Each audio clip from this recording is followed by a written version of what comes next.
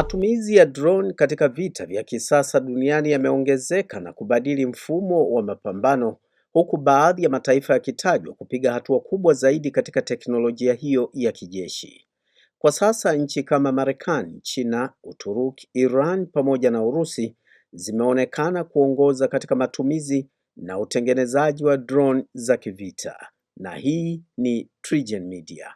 Marekani imeendelea kuwa mmoja ya mataifa yenye teknolojia kubwa zaidi ya drone duniani kupitia ndege zake maarufu kama MQ-9 Reaper na Predator. Jeshi la Marekani limekuwa likitumia drone hizo katika operesheni za kijeshi Mashariki ya Kati, Afghanistan pamoja na maeneo mengine yenye migogoro kwa ajili ya mashambulizi na upelelezi. China nayo haikusalia nyuma, imewekeza kwa kiwango kikubwa katika teknolojia ya drone za kivita, huku ikitengeneza drone za kisasa kama vile Winglong ambazo zimeuzwa katika mataifa mbalimbali duniani. Serikali ya Beijing imekuwa ikiongeza uwezo wa drone zake kutumia akili mnemba na mifumo ya kisasa ya ulinzi.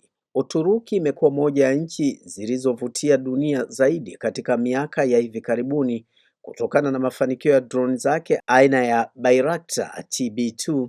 Drone hizo zilionekana kuwa na mafanikio makubwa katika vita vya Libya, Syria na vita vya kati ya Ukraine na Urusi, ambapo zilisaidia kushambulia magari ya kivita na mifumo ya ulinzi wa anga. Iran pia imeendelea kuonekana kuwa na nguvu mpya katika teknolojia ya drone za kijeshi.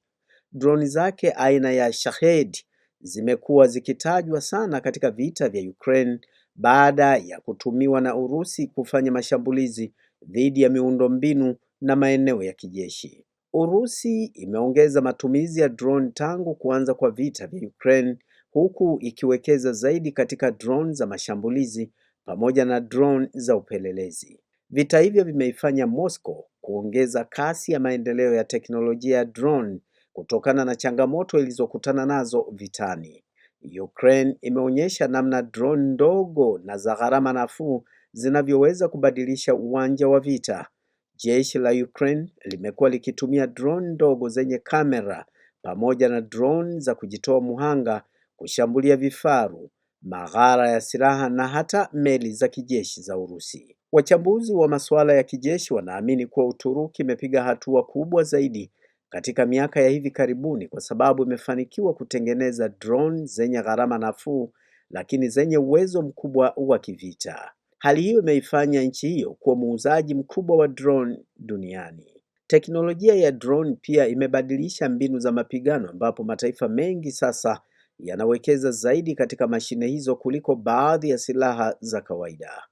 Mataifa yanayoshindwa kuendana na maendeleo hayo yanaonekana kuwa katika hatari zaidi ya kubaki nyuma kijeshi. Kutokana na ushindani huo wa kimataifa, pia wataalamu wanaamini kuwa vita vya siku zijazo vitaongozwa zaidi na matumizi ya drone, akili mnemba na mifumo ya mashambulizi ya mbali, jambo linalobadilisha kabisa historia ya vita duniani.